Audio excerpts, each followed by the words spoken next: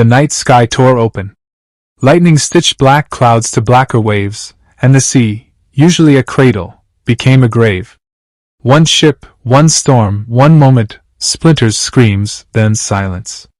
Only a heartbeat survived. It belonged to a man who did not yet know that drowning can happen on dry land too. He woke with salt in his lashes and sand in his prayers. "Send someone," he whispered to the empty horizon. Days folded into weeks like pages of a book no one bothered to read aloud.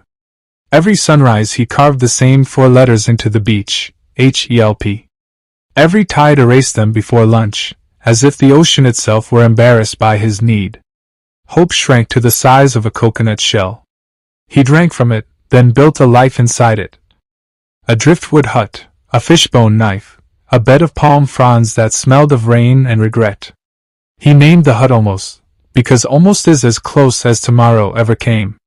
Then fire arrived, uninvited, unforgiving. A spark from his own cooking flame leapt onto the roof of Almost. In minutes the hut became a torch, a screaming orange tongue licking the sky. He ran back from the forest, arms full of bananas, heart full of ash. "Take everything, why don't you?" he roared at heaven. The fire answered only with crackle and roar, a language older than complaint. That night he slept on the beach, curled around his anger like a blanket of thorns. While he slept, the smoke rose. A charcoal prayer that did not beg, did not doubt, simply ascended. 40 miles away it caught the eye of a cargo ship lookout who still believed in signals. The captain turned the wheel. No voice from the sky, no angelic telegram, just a plume of black against the stars, writing, here, in a dialect only the lost can read.